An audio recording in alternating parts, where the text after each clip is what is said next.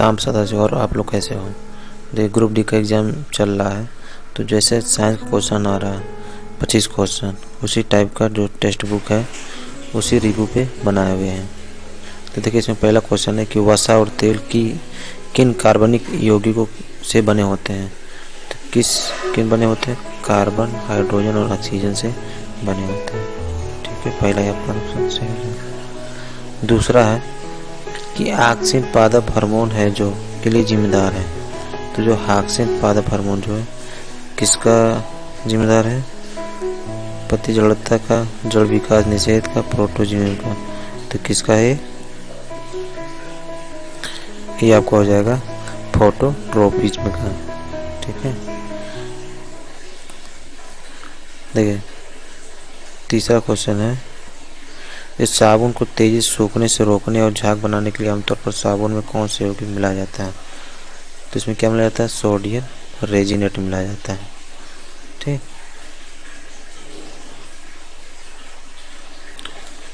इसमें साबुन में क्या मिलाया जाता है? Sodium resonate. सोडियम रेजिनेट एक यौगिक है जो रोजिन से प्राप्त होता है, जो चीड़ की पेड़ों से प्राप्त एक प्राकृतिक राल है। साबुन के झाग के गुणों के सुधार के लिए आमतौर पर साबुन के फार्मूले में मिलाया जाता है। ये साबुन बहुत जल्दी सूखने में रोकने में भूमिका निभाते हैं। जो साबुन गलने में जो जल्दी सूख जाते हैं तो वही करता है। ठीक, सोडियम रोजिनेट का। चिकना परिष्करण प्रदान करने की क्षमता का मूल्यवान। सोडियम क्लोराइड,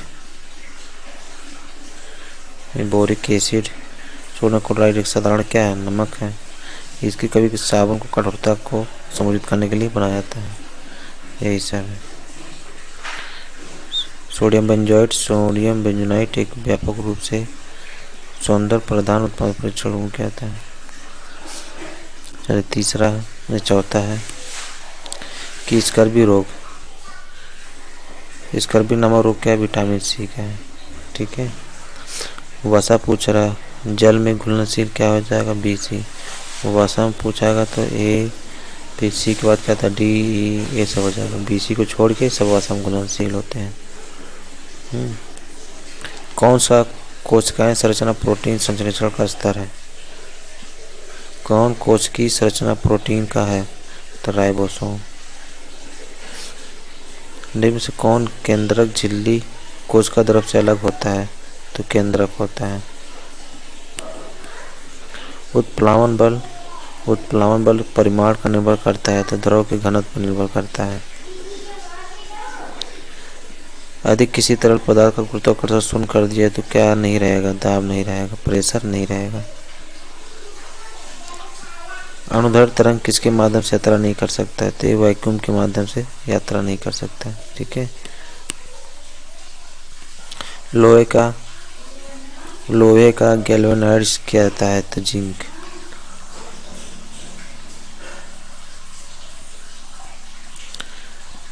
कौन सा कोशिका के अंदर मौजूद जेली जैसा द्रव है जो रासायनिक प्रक्रियाओं का माध्यम है?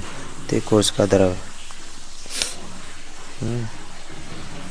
शैवालों में जनन खंडन द्वारा होता है तो कायिक द्वारा होता है। किसके द्वारा? कायिक द्वारा होता है। ठीक, फूल और फल उगाने वाले पौधे किस समूह से संबंधित हैं?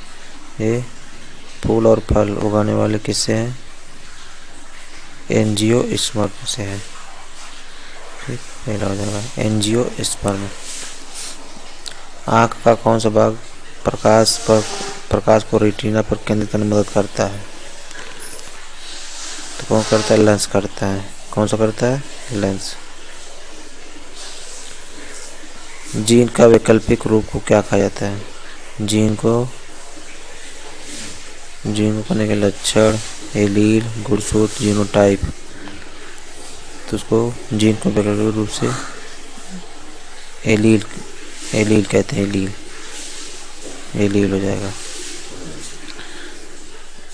देखिए एलील किसी आबादी के भीतर आँखों के रंग या रक्त प्रकार जैसे लक्षणों को विविधताओं के लिए जिम्मेदार होते हैं। पौधे में निम्नलिखित में से कौन सा वर्णक प्रकाश ऊर्जा को ग्रहण करने के लिए होते हैं? तो कौन सा होता है? क्लोरोफिल होता है। इनमें से कौन सा रासायनिक परिवर्तन का उदाहरण है? तो हवा में मैग्नीशियम का जलना। ये सब क्या है? ये भौतिक है। जैसे मोम का पिघलना, मोम पिघल गया उसको मोम बना सकते हैं, लोग गर्म करके फिर ठंडा करके उसी रूप में कर सकते हैं। दाल में चीनी घोलना, ये भी वाष्पीकृत करके चीनी को प्राप्त कर सकते हैं, लेकिन हवा में मैग्नीशियम को जलना ऐसा नहीं कर सकते। यदि धारावाहिक की तार की लंबाई आधी कट जाए तो विभवांतर के तार में धारा क्या हो जाएगा? दोगुनी हो जाएगी। ठीक, अगर कोई लंबाई कोई तार है उसको आधी कर दी जाए तो विभवांतर के लिए जो तार में जो धारा है इसकी क्या हो जाएगी? दोगुनी हो जाएगी।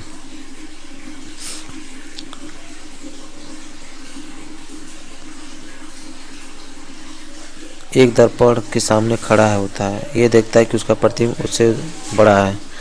जैसे मान लो दर्पण है, अब इसके आदमी कोई खड़ा है तो इससे इसमें बड़ा दिखेगा इसमें, तो कौन सा दर्पण हो जाएगा? ये अवतल दर्पण हो जाएगा। कौन सा दर्पण हो जाएगा?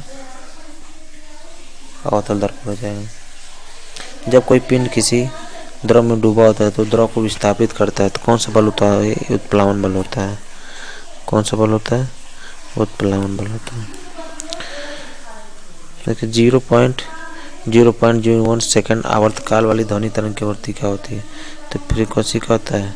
1/, आवर्त काल होता है। तो यह बराबर यम बराबर कितना दिया है? 0.01। तो यहाँ 2 जीरो ऊपर चला जाएगा तो 100 हर्ट्ज कितना हो जाएगा? 100 हर्ट्ज हो जाएगा। मानव शरीर की मुद्रा और संतुलन बनाए रखने में मदद करता है। तो मानव शरीर की मुद्रा और संतुलन कौन करता है? सेरिबेलम करता है, ये अनुमस्तक। छोड़ दे। डोरी में तरंगों को उत्पन्न होने वाली की कौन सी गति जिम्मेदार होती है? जो डोरिम तरंग, जैसे इस तरह डोरिम तरंग होती है ना,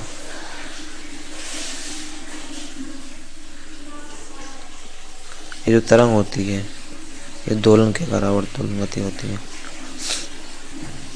डोरी में तरंगों के उत्पन्न होने वाली कौन सी गति जिम्मेदार? अच्छा, ये वाली बात करिए। देखेंगे इस तरह बना रहता है, यहाँ को ढेला बांध देता है, यहाँ नचाता है, इधर इधर इधर, तो आगे पीछे होता रहता है। तो ये आवर्ती दोलन गति है। किसी परिपथ में वोल्टमीटर समांतर में क्यों जोड़ा जाता है? क्योंकि ये दो बिंदुओं के बीच विभवांतर को मापने के लिए किया जाता है। ठीक, ये रहा 25 क्वेश्चन। जो इसी टाइप के क्वेश्चन रेलवे ग्रुप में आ रहे हैं, रेलवे ग्रुप डी में, तो आप चैनल को सब्सक्राइब कर लीजिए और अपने माई बहन और भाई बहन जो भी दोस्त यारी पड़ोसी सबसे सब्सक्राइब करवा लीजिए शेयर करके। चलो ठीक, अब मिलते हैं फिर नेक्स्ट वीडियो में। कब? अभी मिलेंगे शाम तक। एक दिन में 2 वीडियो डालेंगे, एक दिन में 2 वीडियो। साइंस के क्वेश्चन रहेंगे सिर्फ, किस टाइप के बन रहे हैं, रिवीजन भी हो जाएगा।